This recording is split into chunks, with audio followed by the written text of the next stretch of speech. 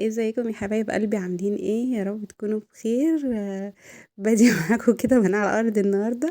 عاملين ايه الاول؟ وحشتوني وحشتوني وحشتوني، وكل سنه وانتم طيبين ورمضان كريم عليكم يا رب. المهم ده الدرج بتاع الخضار. كنت انا بطلع اجيب خضار وكده اللي هعمله النهارده، لقيت الدرج ده مليان تلج. الدرج ده والرف اللي فوقيه دايما دايما مليانين تلج، مع ان الفريزر نفرست يعني، بس مش عارفه ايه. مش عارفه مش عارفه ايه القصه. بصوا هنا بوريكم المواعين بقى اللي عندي. انا طلعت الصلصه، وطلعت شوربه، وطلعت كمان الفراخ اللي هعملها، وطلعت كيس ملوخيه. وحطيت دورة غسيل وطلعت، وحطيت دورة غيرها. بصوا بقى الدنيا عامله ازاي عندي. الدنيا فوق بعضها. وهنا مكان ما كنت بقلي على السحور امبارح بطاطس وسمبوسه بقى، ودنيا خربانه. بس ورا اهو بصوا، يعني ململمه على قد ما اقدر. بس المواعين قد كده. بصوا ده انا بقى كنا ماشيين نجيب حاجات، فجوزي قال لي نجيب للعيال بيحبوه، يعني كانوا عمالين يتكلموا عليه الفترة اللي فاتت. حد من اصحابهم كان معاه في المدرسة ودوقهم وبتاع، وقالوا اه يا بابا ده بيتباع قدام المدرسة وبنبقى نفسنا ندوقه ومش عارفة ايه وكده. جبناه.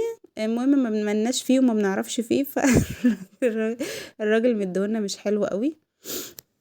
بس فقلت له لا، انا قعد كام يوم والعيال ما لهمش تقول عليه قوي، فقلت له لا خلاص هرميه، او هو ما كانش عاجبهم، ما اعرفش. المهم ان انا ايه، غسلت بقى الدرج دوت، وغسلت الرف اهو زي ما انتم شايفين، وغسلت الدرج كمان اللي بتحط فيه الخضار اهو، ورصيت فيه الحاجه تاني. المفروض كنت سبته بقى لحد ما ينشف خالص كده او نشفته، بس انا كنت اليوم دوت ورايا حاجات كتيره قوي قوي قوي قوي، وكنت مستعجله بصراحه.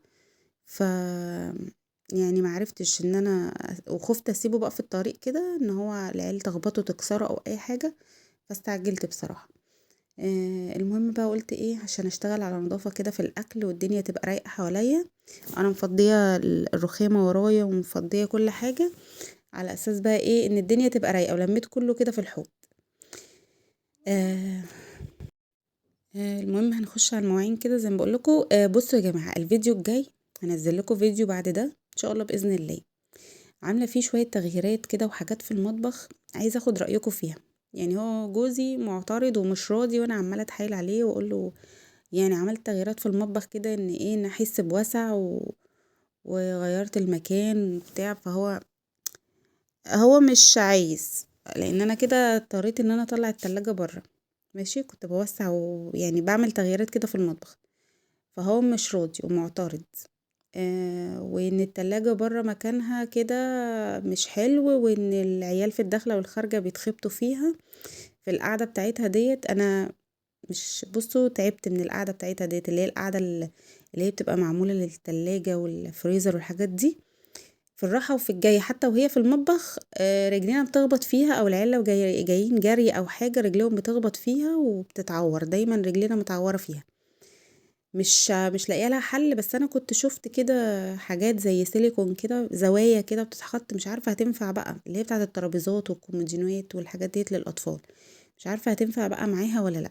يعني لما الاقيها تاني هبقى اشوف، بس لو ليها حل اسهل او حاجه عمليه في البيت قولوا لي، لان بجد بنتعور منها تعورات جامده قوي. المهم الفيديو الجاي ان شاء الله ابقوا شوفوه، قولوا لي رايكم، اللي هو هينزل بعد ده باذن الله. وقولوا لي بقى الدنيا كده تمام، ولا رأيكم من رأيه، ولا انا افضل مصممة وازن عليه، ولا هو اللي رأيه صح. بس انا بجد بعد ما عملت كده حسيت ان المطبخ ما بقاش ضيق زي هو المطبخ عندي ضيق، حسيته بقى أوضة كده واسعة. يعني حسيته بقى واسع وبقى فيه براح كده ومكان فشوفوا بقى الفيديو وقولوا لي، لان هو مش راضي ينقل لي بقية المطبخ، وعمالة اتحايل عليه مش راضي خالص. بس اقعد ازن ان شاء الله، اقعد ازن لسه بقول لفريده اقعد ازن على، بتقولي مش هو بيقول لا يا ماما؟ قلت لها هقعد ازن عليه، يعني هو اما هيزهق من كتر الزن هيقول ماشي. فهقعد ازن عليه كده وان شاء الله يعني ينقلهولي، لان ده انا مش هعرف اعمله، ده عايز يعني راجل بقى يعني راجل ومعاه راجل كمان، لان المطبخ بتاعي ما شاء الله تقيل، مش هينفع حتى انا معاه ساعته، يعني يبقى محتاج حد معي هو. المهم خلصت المواعين اهو زي ما انتوا شايفين، فضيت بقى الحوض وفضيت الدنيا. البوتاجاز كان عايز يدعك، بس بصراحة ما كانش فيه وقت خالص، يعني هو مش متبهدل قوي، بس يعني قلت ايه كنت عايزة ادعكه عشان اصور لكم كده والدنيا بتلمع كده، بس بصراحة ما كانش فيه وقت خالص. آه كنت لسه عايزة انضف الفراخ بقى واعمل الاكل، وكان عندي حاجات بره برضو عايز تتعمل، والغسيل عايز يتنشر، وفي غسيل عايز يتشال من على الحبل، يعني ايه ورايا حاجات كتير تانية بره غير غير المطبخ. فلقيت نفسي ان انا مش هلحق بصراحة، قلت مش مشكلة، وكده كده لسه هعمل عليه الملوخية وهعمل عليه الشوربة وهعمل عليه الحاجة، فهيتبهدل، خلاص مش مشكلة اما ابقى اخلص. المهم ايه خلصت الحوض زي ما انتوا شفتوا كده. وكمان غسلت الفراخ، غسلتها شطفتها كده، بس لسه ما عملتلهاش شاي، ما نقعتهاش وكده، قلت اخلص بس الحاجات دي كلها الاول، وايه واعمل حاجة حاجة يعني. بصوا هي كانت حاجات كتيرة قوي قوي اللي هتتعمل النهاردة، بس عشان الواحد كان منظم دماغه وعارف هيعمل ايه الاول وبعد كده هيعمل ايه وطبعا اغلب الحاجة متفرزة، الصلصة، الشوربة، الملوخية، الفراخ مثلا موجودة، مش لسه هنزل اجيب، فالحاجات دي بتسهل، يعني الحاجات دي بتسهل عليا. انا ممكن انزل مثلا يوم يومين ورا بعض او 3، افضل طالعه نازله طالعه نازله اجيب حاجات للتلاجة وللفريزر والبقاله والحاجات دي كلها، والسوبر ماركت بيبقى مرمطه، بس ممكن اقعد عليهم مده طويله طويله منزلش خالص خالص، يا دوبك هو الخضار بجيبه كل مثلا اسبوع ولا كل فين وفين، وعلى حسب ما يخلص، واللي هو الخضار العادي بتاعنا اللي هو البطاطس، الطماطم، الفلفل، الخيار، الحاجات اللي هي العاديه دي. بصوا انا هنا البسله دي اللي انا مفرزاها، بس ما كنتش حاطه فيها بطاطس زي ما قلت لكم قبل كده، انا ما كنتش بعملها ببطاطس خالص، بس عملتها كم مره عجبتهم، فقلت خلاص اقطع كده حتتين بطاطس من اللي انا لسه مقشراها ومقطعاها، وايه و... واحطها عليها يعني. جيب الطبق ده، بصوا الطبق ده بقى بيريحني، ما بيبهدليش البوتاجاز، بحط عليه كل المعالق والحاجه اللي انا ايه اللي انا بقلب بيها، وبقى لان بيبقى فيه معلقه للشوربه، معلقه مثلا لطبيخ، معلقه لرز، لملوخيه، فبدل ما المعالق دي كلها تبقى على الحلل وكل شويه تقع، او احطها على البوتاجاز او احطها على الرخامه تبهدلهولي، فحلوه جدا جدا فكره الطبق دي. عايزه اقول لكم هو الطبق ده بورسلين، فاللي هو عادي يعني بيستحمل الحراره عند البوتاجاز اللي وبعدين العين اللي تحت دي انا مغلفاها ومش بستعملها، فالحرارة بقى اللي حواليه ديت على البوتاجاز عادي مفيش مشكلة بيستحملها، يعني لان هو بورسلين اصلا كمان بيدخل الفرن، فحلوة يعني الفكرة.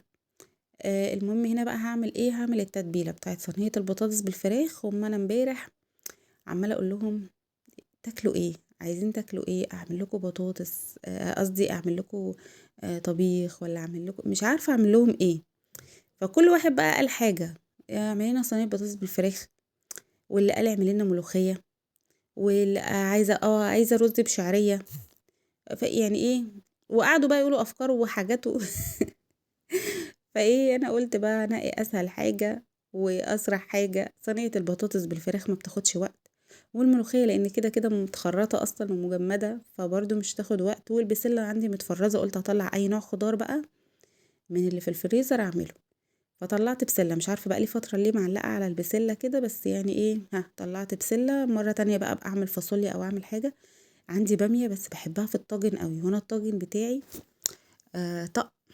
طرقع على البوتاجاز، فعايزة لسه اجيب عندي الصغيرين، انا عايزة اجيب واحد بقى كبير، كنت بعمل فيه البامية بالفراخ او باللحمة في الطاجن، كانت بتبقى تحفة، فركنا البامية بقى لكده اللي هو عايزة اعملها في طاجن، في طاجن بتبقى حاجة تانية. فالمهم ايه خلصت البسلة زي ما انتوا شايفين، ركنتها على العين اللي على جنب كده، وفضيت الشوربة كمان في الحلة عشان اغليها عشان خاطر اعمل بيها الملوخية، حطيتها على العين التانية، وهنا كنت بجهز الرز بشعرية. بصوا هنا كان لسه ايه بدري على الفطار، بس انا كنت بجهز كل حاجة لان انا داخلة خارجة بعمل حاجات بره في الشقة وبعمل في المطبخ، فكنت عايزة ايه ان انا انجز، يعني اجي ساعة الفطار ازق صينية البطاطس في الفرن، هي والفراخ، ادي تسخينة للبسلة، اروح عاملة طشة الملوخية، بتاع ده، اروح مولعه على الرز يستوي، يبقى كله بيستوي في نفس الوقت، ويبقى الاكل ايه، يبقى الاكل طازه. الشوربه انا بديها غلوه بس، لان انا لسه مخرجاها من الفريزر وفكت، فقلت اديها غلوه تبقى جاهزه.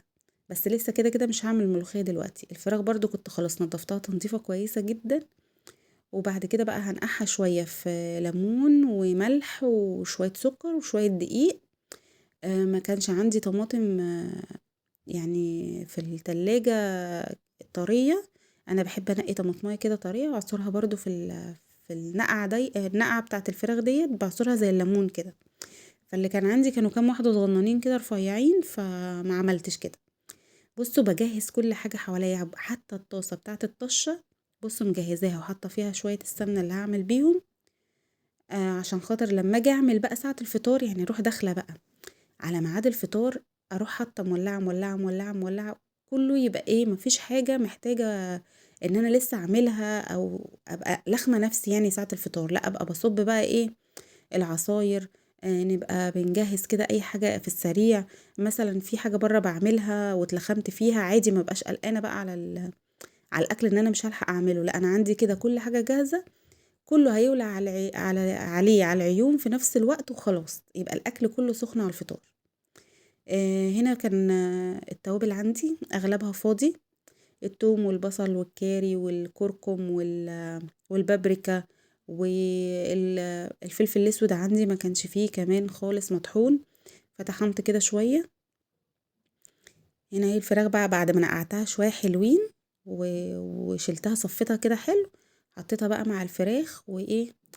دي الطريقه السريعه. انا بعملها كتير على البوتاجاز، بديها صدمه عشان تحبس السوائل فيها وكده، وبعد كده بنزل عليها بالفراخ. يعني ليا كذا طريقه في صينيه الفراخ، بس ايه على حسب بقى الوقت، وعلى حسب بقى ايه يعني انا مستعجله ولا لا. فانا هنا كنت مستعجله، عملتها كده زي ما انتوا شايفين في السريع، ورحت حطها في التلاجة. بصوا الطماطم دي، وانا بشتري طماطم كان العيال شبطانين في الخضره بيحبوها، فالمهم كانوا شافوا بقى ان انتي لو سبتيها تحمر وبتاع وكده فايه، فشبتوا فيها فايه، فخدوا يعني من الراجل قال لهم خدوا، اداهم كل واحد 2. حمزة ركن بتوعه وهي ركنت بتوعها. بتوع فريدة واحدة زي ما انتوا شايفين كده احمرت، اللي احمرت ديت كانت خضرة كده خالص زي اللي جنبها، وبتوع حمزة الاتنين لسه زي ما هما، وهي واحدة احمرت وواحدة لأ. بس بتوع حمزة حاطينهم في درج المطبخ، يعني هو حاططهم في الدرج بتاع المطبخ وقافل عليهم، هي بتوعها بره، فايه اللي هو ايه، بيعملوا زي تجربة كده، بيشوفوا بقى انهي اللي هتحمر، وبيشوفوا حاجات على النت يعني وعلى التلفزيون، فبيبقوا عايزين يقلدوها. هنا بقى كنت خلاص بقى قلت له لا، انا هلكت بقى، انا عندي تمر وعندي صوبيا جاهزين في التلاجة، ساعات اما بعمل بزيادة، وساعات لما بعمل كمان ممكن ده يتشرب ده ما يتشربش، فايه كان عندي تمر وصوبيا في التلاجة. قلت له بقى ايه، تعالى كده معلش وفصص معايا البلح كده، انت فصص وانا اقطع، عشان ايه اعمل كده حبة للفطار. عايزة اقول لكم، في يوم انا بحب اقطع البلح زي ما قلت لكم، عشان خاطر لما نيجي ناكل ما بحبش البلح تبقى كبيرة قوي كده طالعة كبيرة في البق، وخصوصا ان البلح ده كمان كبير. آه عايزه اقول لكم في يوم ما كنتش بصور معاكم، كان او صورت معاكم وما صورتش معاكم الحته بتاعه البلح، جبت لكم كوبايات وهي مصبوبه. كنت اليوم ده عامله لكل واحد كوبايه بلح باللبن مليانه، حاطه بلح كتير وحاطه يعني مليانه. حتى ساعتها انا لما بعمل البلح باللبن بحط ميه ولبن الاتنين، كنت عامله لكل واحد لان ما كانوش بياكلوا كويس، فقلت لهم لا، انا هعمل لكم كل واحد كوبايه بلح باللبن، حتى مش هزود فيها بق ميه، وهزود فيها البلح عشان ايه تاكلوا وتستفادوا كده وجسمكم يستفاد، لان انتوا ما بتاكلوش كويس. الكوبايات فضلت زي ما هي محدش كل ساعتها، انا بس اللي كلت اني بعشقه. بس ساعتها دخت خالص، هبطت يعني من السكريات مع اني مش بحط عليه سكر، بس هبطت جامد ساعتها. هنا بوريكم الحاجة بقى جاهزة. بصوا صينية الفراخ في الفرن اهي، خلاص اهي، يعني خلاص كده خلاص، يعني يعتبر ايه، انا لسه مطفتش عليها بس يعتبر خلاص خلصت.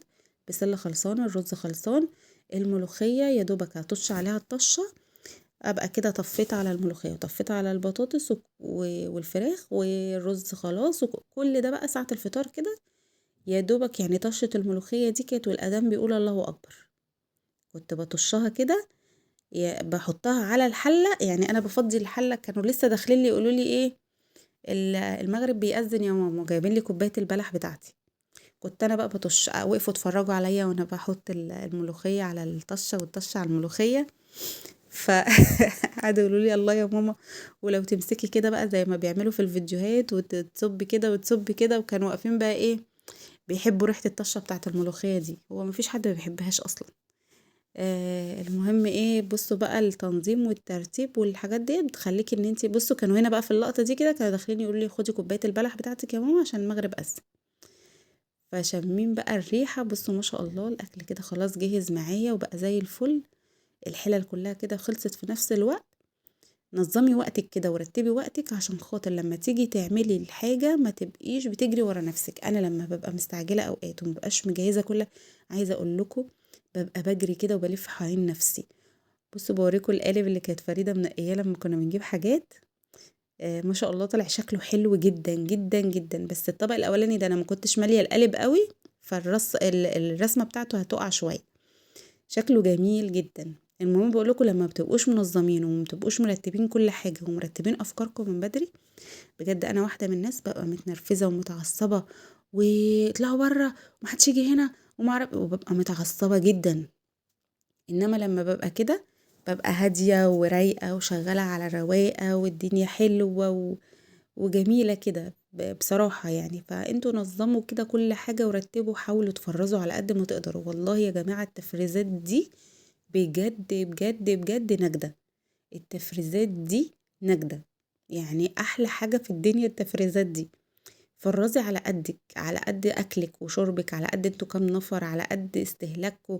كنت فرزي بالاسبوع، حاجة الاسبوع كلها تبقى جاهزة عندك بالشهر. لو انت مثلا عندك امكانية ومكان اكبر ان انت تعملي على قد ما تقدري. بصوا هنا كان خلاص اهو الاكل خلص بقى زي الفل. بصوا ما شاء الله.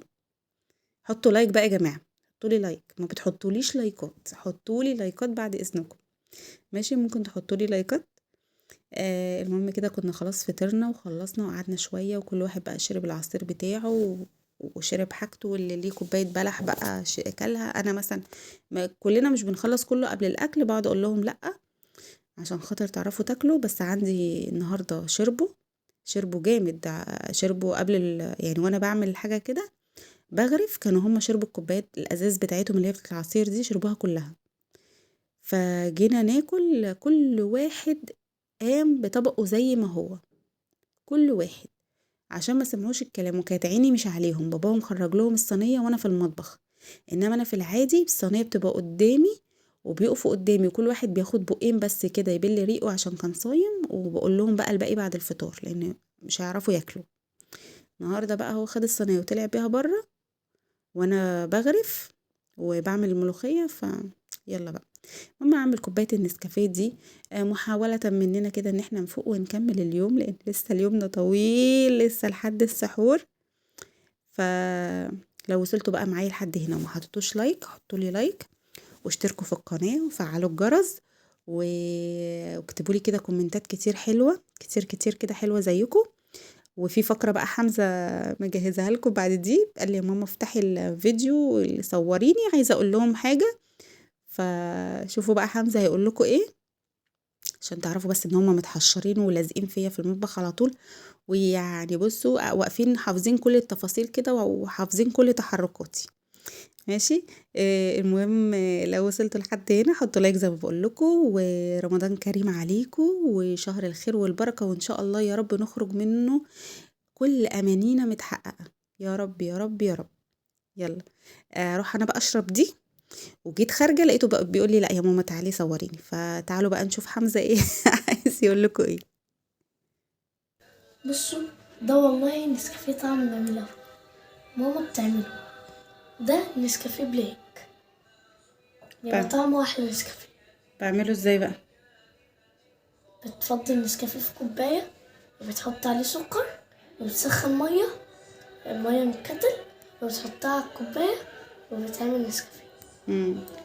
ماشي. شفتوا بقى ده يثبت لكم ان هو بيبقى ايه لازق فيا وانا بعمل الحاجه. صح يا حمزه ولا مش صح؟ ها صح ولا مش حطوا بقى صح؟ لايك وشير وسبسكرايب ماشي وفعلوا الجرس. ماشي.